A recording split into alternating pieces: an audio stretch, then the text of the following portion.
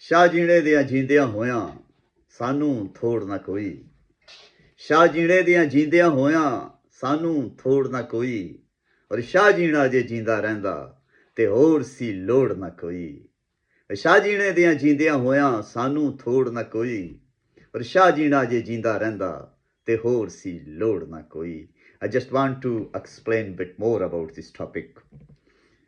ਸੋ ਬਹੁਤਾ ਚੋਖਾ ਚਾਨਣ ਵੀ ਨਹੀਂ ਚੰਗਾ ਹੁੰਦਾ। ਬਹੁਤਾ ਚੋਖਾ ਚਾਨਣ ਵੀ ਨਹੀਂ ਚੰਗਾ ਹੁੰਦਾ।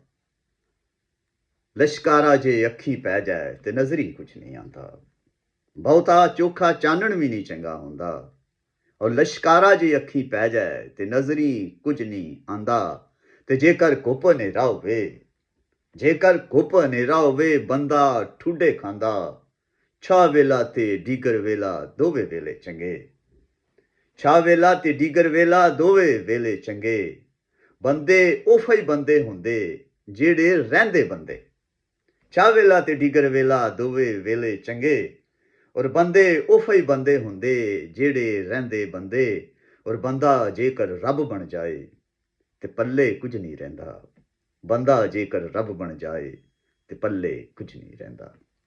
Basically, you guys observed around the world.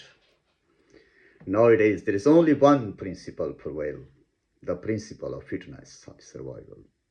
If you are fit for purpose, then you will be allowed to do what you want to do. But if you are a weaker, if you don't have a power to resist, to defend your honor and dignity, nobody bother about you. So if you are adopting a honest, just, and fair approach in your life, success will be yours.